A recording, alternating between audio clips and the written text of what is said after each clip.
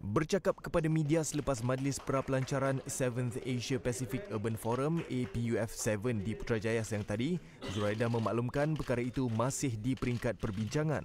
Jelasnya, setelah memperincikan mekanisme dan garis panduan yang dicapai, tawaran ini pastinya tidak hanya terbuka kepada warga Hong Kong dan China, malah kepada rakyat dari semua negara yang berhasrat menjadikan Malaysia sebagai rumah kedua mereka.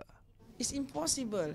Rather than we use a long-term plan, because if these houses are not being sold, then that means the property will be left there and then will become a sore ice, become satu bangunan terbengkalai. Do we want that to happen in our country?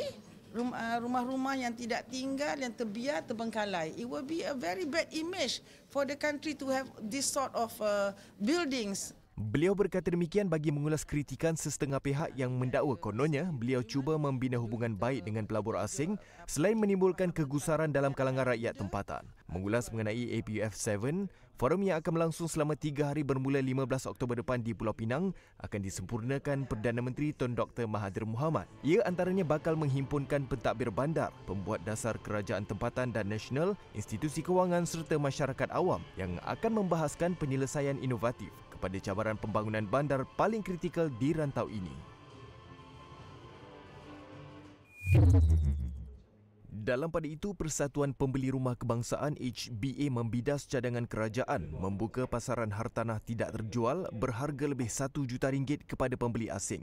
Tegas Setiausaha Kehormatnya Datuk Chong Kim Loong, langkah itu dikhawatiri hanya akan menggalakkan pemaju tempatan untuk terus membina hartanah mewah pada masa hadapan, sekaligus mengabaikan pembangunan rumah mampu milik untuk rakyat dan menyebabkan lebih ramai rakyat gagal memiliki rumah pertama. Cadangan itu juga bertentangan aspirasi Perdana Menteri yang mahu menyediakan 1 juta rumah mampu milik dalam tempoh 10 tahun. Bagi HBA, tanggungjawab untuk menjual lambakan hartanah mewah kepada pembeli asing juga harus digalas pemaju, bukannya melalui dana atau inisiatif kerajaan. Lain pula pandangan Persatuan Pemaju Hartanah dan Perumahan Malaysia REDA yang menyambut baik cadangan jualan hartanah mewah kepada pembeli asing. Katanya, pemilikan hartanah Malaysia oleh pembeli asing masih rendah pada 3% berbanding Singapura yang ketika ini mencecah 30%.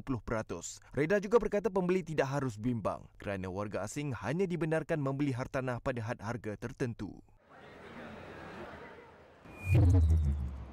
Turut menyokong pendapat Persatuan Pembeli Rumah Kebangsaan HBA penganalisis pasaran hartanah yang melihat langkah lebih untuk menyelamatkan pemaju ini mungkin memberi kesan buruk. Antaranya mengekang usaha menurunkan harga rumah di negara ini. Ya.